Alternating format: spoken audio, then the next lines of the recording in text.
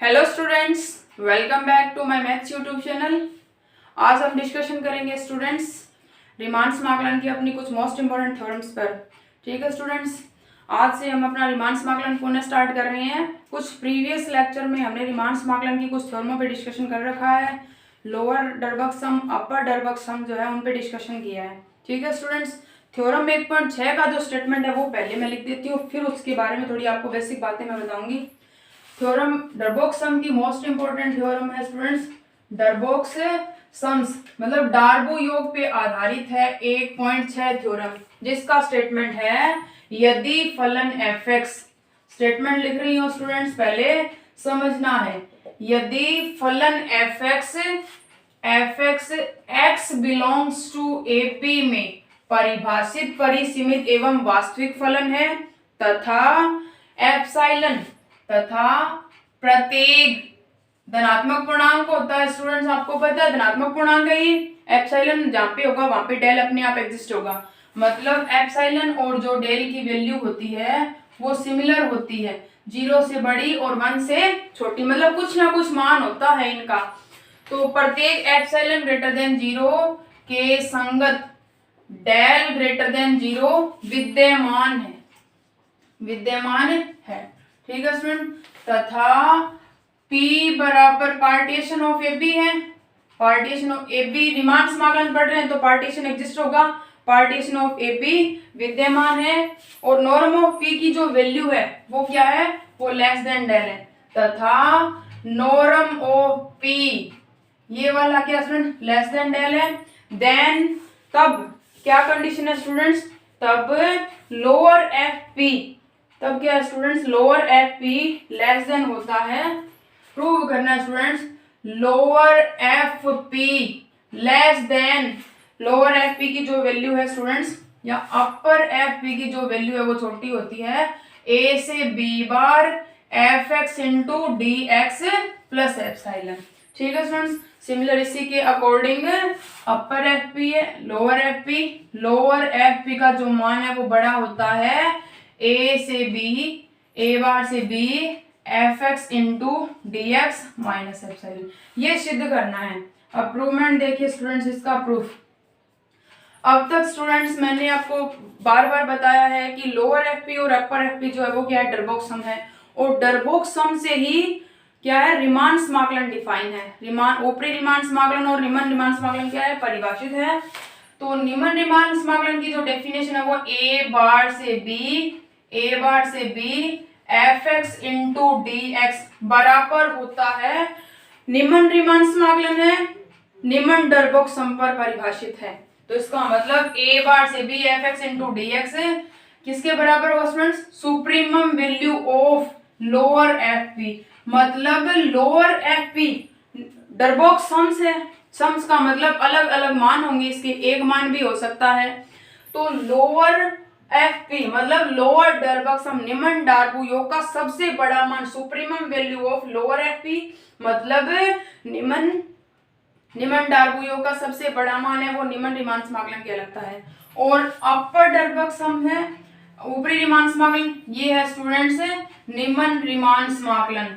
निम्न रीमान समाकलन की परिभाषा है और ये वाली है ऊपरी रीमान की परिभाषा। ऊपरी रीमान समाकलन की का जो मान है वो ए से B bar F x into D x से रिप्रेजेंट करते हैं इन्फिमम वैल्यू ऑफ किसकी, अपर एफ पी, मतलब ऊपरी डार्बो योग का सबसे छोटा मान ऊपरी रीमान समाकलन के बराबर होता है। ठीक है स्टूडेंट्स, आपको पता है जैसे उच्चक और निम्नक डिफाइन है उसी के अकॉर्डिंग समाकलन डिफाइन है, मतलब रीमान समाकलन परिभाषित है। मतलब ये कोई इंटरवल है ए बी हमारा, तो ये इसका सबसे छोटा मान है और ये वाला, तो इस इंटरवल का एम और कैपिटल एम क्या हो जाए, क्योंकि अगर फलन एफ एक्स जो है ना स्टूडेंट्स वो इस इंटरवल में डिफाइन है तो उस कंडीशन में ये इसका निम्नक और ये वाला उच्चक और ये इसके ऊपरी परिबंध और ये वाले निम्न परिबंध, तो ये अपर बाउंड होते हैं और ये वाले लोअर बाउंड। अपर बाउंड का सबसे छोटा मान infimum value of upper bound, infimum value of upper bound उच्चक कहलाता है। सिमिलर इसी के अकॉर्डिंग ये वाला, ये देखिए स्टूडेंट्स, अपर डरबॉक्स योग है उसका सबसे छोटा मान, तो अपर बाउंड का सबसे छोटा मान उच्चक होता है और लोअर बाउंड का सबसे बड़ा मान निम्नक होता है। उसी के अकॉर्डिंग निम्न रिमांड समाकलन लोअर बाउंड का सबसे बड़ा मान मतलब लोअर डरबक्सम का सबसे बड़ा मान। सिमिलर इसी के अकॉर्डिंग उच्चक और निम्नक जिस तरह से किसी अंतराल में परिभाषित होते हैं उसी के अकॉर्डिंग किसी इंटरवल में निम्न रिमांड समाकलन और ऊपरी रिमांड समाकलन परिभाषित होते हैं। ठीक है स्टूडेंट्स, ये डेफिनेशन है हमारी निम्न और ऊपरी रिमांड समाकलन की। इस डेफिनेशन से हमें क्या करना है, इसको प्रूव करना है। तो देखिए प्रूफ देखिए स्टूडेंट्स, इसका प्रूफ में हमें कुछ बातें प्रत्येक रिमांड समाकलन की जितनी भी थ्योरम में हमने डिस्कशन किया उनमें हमें लिखनी है। वो क्या है स्टूडेंट्स, सबसे पहले तो हमें यही लिखना है या क्योंकि फलन एफ एक्स लिखना है, क्योंकि फलन एफ एक्स एक्स थ्योरी लिखनी पड़ेगी। इनमें दी नहीं गई ये थ्योरी, ओनली थोड़ा सा स्टेटमेंट दिया गया है। F x x belongs to a b में परिभाषित परिसीमित एवं वास्तविक फलन है तथा एप्सिलॉन ग्रेटर देन 0 के संगत डेल ग्रेटर देन 0 विद्यमान है। लिख देंगे, स्टेटमेंट है वो एज इट इज पुट कर देंगे यहाँ पे। और partition of a b x belongs to a b में डिफाइन है तथा partition of a b exist है स्टूडेंट्स, एग्जिस्ट है। तो पार्टीशन ऑफ ए बी जो है स्टूडेंट्स वो क्या हो जाएगा, पार्टीशन ऑफ ए बी बराबर हमने ले लिया पार्टीशन ऑफ ए बी पता है एक्स नोट, ए बराबर क्या ले लिया, ए बराबर ले लिया x naught x1 so on r1 x r minus 1 x r और सोन xn बराबर b। ये हमारा पार्टीशन है। r1 अंतराल प्रत्येक थ्योरम में चूज करते हैं तो यहाँ पे लिख देते हैं, काम में आएगा तो ठीक है, ना काम में आएगा तो अपना रहेगा एक तरफ। आई आर r1 अंतराल है एक्स आर माइनस 1 और एक्स आर। ठीक है स्टूडेंट्स, अब क्या है, इतना लिखने के बाद हमें इसी डेफिनेशन से प्रूव करना है। तो बाय डेफिनेशन ऑफ निम्न रिमांड समाकलन और ऊपरी रिमांड समाकलन या निम्न तथा ऊपरी रिमांड समाकलन की परिभाषा से, ऊपरी रिमांड समाकलन की परिभाषा है स्टूडेंट्स हमारे पास। डेफिनेशन हमें पता है ऊपरी और रिमांड समाकलन की। ये क्या है ये ऊपरी रिमांड समाकलन है तो पहले अपर वाली डेफिनेशन लिख लेते हैं। तो इधर प्रूव करना है upper F P lower F P, तो इनको आरएचएस स्लाइड में लिख लिया, same definition as it is यहाँ पे लिख देंगे। तो infimum value of upper F P किसके बराबर है स्टूडेंट्स, ऊपरी रिमांड समाकलन के ए से B bar F x into D X, equation number first. ठीक है स्टूडेंट्स, इसी प्रकार ऊपर वाली डेफिनेशन लिख लेंगे, उसको एलएचएस स्लाइड में लिख लेते हैं। या supremum value of students lower F P, supremum value of lower F P किसके बराबर है, निम्न रिमांड समाकलन की F x into D x, समीकरण नंबर 2। कहने का मतलब है ये जो डेफिनेशन है स्टूडेंट्स, मतलब अपर बाउंड का, अपर डरबॉक्सम्स ऊपरी डार्बू योग का सबसे छोटा मान ये वाला है स्टूडेंट्स, सबसे छोटा मान ये वाला है। अब देखिए स्टूडेंट्स, अगर यहाँ पे हम कुछ ऐड कर लें, यहाँ पे कुछ हम ऐड कर दें तो इसका मतलब इस वैल्यू से ये मान क्या हो जाएगा, बड़ा हो जाएगा। तब हम इसको ये नहीं बोल सकते कि ये क्या है, इन्फिमम वैल्यू ऑफ है। ठीक है स्टूडेंट, यहाँ पे कुछ ऐड कर लें तो ये बड़ा हो जाएगा, अगर इसमें से कुछ माइनस करते हैं तो ये छोटा हो जाएगा। तो क्या है, क्योंकि गिवन है, क्योंकि एप्सिलॉन ग्रेटर देन 0 के संगत, एप्सिलॉन ग्रेटर देन 0 के संगत डेल ग्रेटर देन 0 विद्यमान है। ये दिया है स्टूडेंट्स, विद्यमान है। तो क्या कर लेंगे स्टूडेंट, इनमें कुछ ऐड कर लेंगे, एडिंग के अकॉर्डिंग एक बड़ा हो जाएगा और एक हमारे पास छोटा हो जाएगा। ठीक है स्टूडेंट्स, तो अपर, अब देखिए स्टूडेंट्स हमने ले रखा है पार्टीशन पी, पार्टीशन पी की हम क्या मान लेंगे, शोध विभाजन P1 और P2 मान लिया। ठीक है स्टूडेंट, क्या मान लिया, थोड़ा सा मानना है, बस मानना, पार्टीशन ऑफ ए बी के शोध विभाजन, ए बी के रिफाइनमेंट, शोध विभाजन क्या है स्टूडेंट्स, शोध विभाजन है P1 तथा P2 है। ठीक है स्टूडेंट्स, P1 और P2 इसके शोध विभाजन है। ठीक है, अब क्या करेंगे, वैसे इन्फिमम वैल्यू जो ये P है, P का शोध है, क्योंकि P जो है वो सबसेट होगा P1 का तथा P जो है वो सबसेट होगा P2 का, क्योंकि P1 और P2 क्या रिफाइनमेंट है इनके, तो इसका मतलब इनमें जो उप अंतराल है, उप विभाजन है, वो क्या होंगे, P से ज्यादा होंगे। ठीक है स्टूडेंट्स, अब यहाँ पे मैं बोल रही हूँ अगर इधर हम क्या रखूं, इधर मैं P1 रखूं, इधर P2 रखूं, अगर इन्फिमम वैल्यू इसमें मैं P1 रखूं, इसमें P2 रखूं, तो यहाँ से इनमें कुछ इसमें ऐड कर देते हैं और इसमें से कुछ माइनस कर लेते हैं, तो इसका मतलब रिफाइनमेंट है इनके, तो इसकी वैल्यू जो है वो क्या हो जाएगी, बड़ी, और इसकी वैल्यू क्या हो जाएगी स्टूडेंट्स, छोटी हो जाएगी। तो यहाँ पे लिख सकते हैं स्टूडेंट्स, मतलब अपर एफ P1, ठीक है स्टूडेंट। अगर मैं यहाँ पे लिख रही हूँ infimum value of upper F P, तो इन्फिमम लगाना पड़ेगा। मैंने क्या मान लिया कि शोध विभाजन P1 है, तो अपर एफ P1 का जो मान है वो क्या हो जाएगा, छोटा हो जाएगा, a से b bar F x into D x plus F, equation number 3। ठीक है स्टूडेंट, इसमें कुछ ऐड कर लिया, इसी के अकॉर्डिंग नीचे वाले में रिफाइनमेंट ही है P1 और P2, तो 2 नंबर में 3 नंबर आ गई इक्वेशन। अब क्या करेंगे, लोअर एफ पी का जो मान है वो क्या होगा, बड़ा हो जाएगा। इसमें क्या है, इसमें से कुछ माइनस कर रहे हैं, क्या मान लिया, शोध विभाजन P1 और P2 माना, पहले में P1 ले लिया, दूसरे में P2 ले लिया, तब हमने यहाँ से इन्फिमम और सुप्रीमम के साइन हटा दिए। ठीक है स्टूडेंट्स, ये बड़ा हो जाएगा a बार से b F x into D X, equation number आ गई हमारे पास 4। इसमें से कुछ माइनस कर लिया एप्सिलॉन, क्योंकि एप्सिलॉन का कुछ ना कुछ मान होता है स्टूडेंट, इसमें कुछ ऐड किया है तो ये छोटा हो गया, इसमें से कुछ क्या माइनस किया तो ये बड़ा हो गया। ठीक है स्टूडेंट्स, अब क्या करना है, क्योंकि हमने मानना है P1 और P2 क्या है, रिफाइनमेंट है P के, तो P1 इंटरसेक्शन P2 क्या है स्टूडेंट्स, बराबर मान लिया P डैश, मतलब इनका उभयनिष्ठ विभाजन जो है वो हमने ले लिया P डैश। P1 और P2 दोनों P पर है, P डैश है वो भी P पर ही पार्टीशन है। ठीक है स्टूडेंट्स, तो एक थ्योरम थी स्टूडेंट्स हमारे पास, थ्योरम 1.2, वहां पे हमें P का शोध विभाजन P डैश दिया गया था, उस कंडीशन में थ्योरम का स्टेटमेंट बनता था हमारे पास कि lower F P less than equal lower F P dash, ये वाला था, और upper F P dash less than greater than equal था, less than equal upper F P.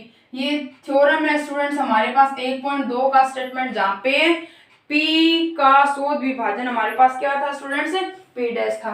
अब हमारे पास शोध विभाजन क्या है, P1 और P2 है, किसके शोध है, P1 और P2 P के शोध विभाजन है, और P डैश जो इनका उभयनिष्ठ विभाजन है, वहां पे भी उभयनिष्ठ विभाजन दिया गया था, उसके अकॉर्डिंग हमारे थ्योरम का स्टेटमेंट ये वाला था। तो अब क्या करेंगे, यहाँ पे जहाँ पे हमारे पास P2 यूज हुआ है, P2 यूज हुआ है लोअर एफपी में और अपर एफपी में यूज हुआ है P1, तो इसके अकॉर्डिंग हम थ्योरम 1.2 से स्टेटमेंट बना लेंगे।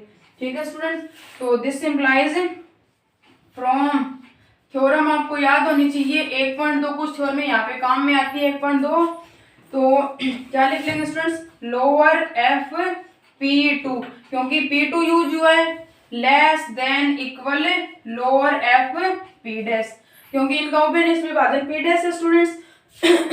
इसी प्रकार upper F P dash less than equal upper F P1, क्योंकि क्या यूज हुआ है स्टूडेंट्स, लोअर एफ, इसमें क्या यूज हुआ है P1 अपर एफ P1 और इसमें P2, तो इसी के अकॉर्डिंग लोअर में P2 और अपर में P1 यूज कर लिया। समीकरण नंबर 6। अब फ्रॉम इक्वेशन 3 एंड 5, क्या स्टूडेंट, फ्रॉम इक्वेशन 3 एंड 5, 3 और 5 क्या स्टूडेंट, ये कहता है कि लोअर एफ P1 छोटा है इससे, और फिर ये आगे ये कहता है कि लोअर एफ P1 है स्टूडेंट्स, इसका मतलब है कि लोअर एफ P2 ये सेम सिमिलर है स्टूडेंट्स, ये लोअर, ये वाली लोअर वाली कंडीशन देते हैं स्टूडेंट्स, लोअर वाली ये एक तो ये कंडीशन है और एक लोअर वाली कंडीशन हमारे पास ये वाली, तो फ्रॉम इक्वेशन है 4 एंड 5, पहले 4 एंड 5 से, 4 में क्या है, लोअर एफ P2 है वो इससे बड़ा है स्टूडेंट्स, और यहाँ पे क्या दे रखा है लोअर में, lower F P2 less than equal है इससे लोअर एफ P डैश से, मतलब एक बार में एक कंडीशन सकते हैं, तो जो हमारी इक्वेशन को सेटिस्फाई करेगी वो हम चूज करेंगे, तो ये ग्रेटर देन है, ये लेस देन है, इसका मतलब ये निरस्त हो रही है एक दूसरे, तो इसका मतलब इक्वल वाली कंडीशन है, तो लोअर एफ P2 की जगह हम पुट कर सकते हैं लोअर एफ P डैश,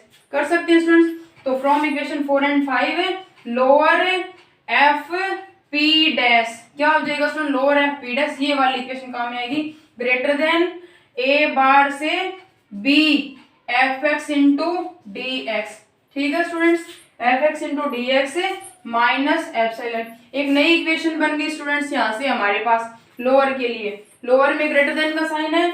अब from equation 3 and 6, from equation student, from equation 3 and 6, 3 और 6 से 3 में क्या स्टूडेंट, 3 में ये कहता है कि अपर FP1 छोटा है इस मान से, है स्टूडेंट्स। और इक्वेशन नंबर 6 क्या कहती है, 6 कहती है कि अपर FP1 लेस देन इक्वल है अपर FP1 से। तो इसका मतलब क्या है, अपर FP1 की जगह हम रख सकते हैं अपर FP डैश, रख सकते हैं स्टूडेंट्स। तो यहाँ से अपर FP डैश लेस देन वाली कंडीशन ले लेंगे, यहाँ से लेस देन है क्या स्टूडेंट्स, अपर FP1 सेम है यहाँ पे। तो यहाँ से आ जाएगा A से B बार fx into D x plus epsilon, इसमें माइनस एप्सिलॉन और इसमें प्लस एप्सिलॉन।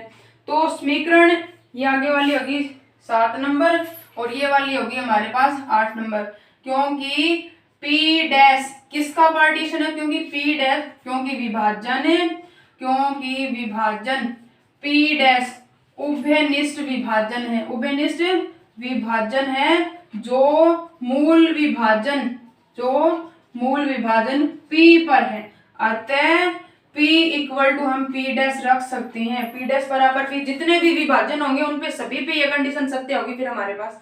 ठीक है स्टूडेंट, तो 7 नंबर में लिख लेंगे लोअर FP क्या students, greater than A bar से B fx into D x minus epsilon.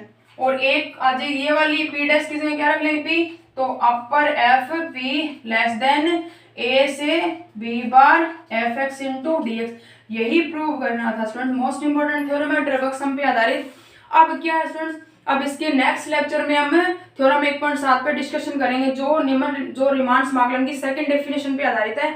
अच्छी थ्योरम है स्टूडेंट्स, वो भी करनी है। मैंने पहले आपको बोलना था कि थ्योरम नहीं करनी है, परंतु आई हुई थ्योरम है तो 1.7 पे डिस्कशन करेंगे हम इसके नेक्स्ट लेक्चर में। थ्योरम्स करने के बाद मैं कुछ आपको एग्जांपल्स कैसे करने हैं, क्वेश्चंस कैसे करने हैं उनके बारे में बताऊंगी। ठीक है स्टूडेंट्स, नेक्स्ट लेक्चर में हम नेक्स्ट थ्योरम पे डिस्कशन करेंगे।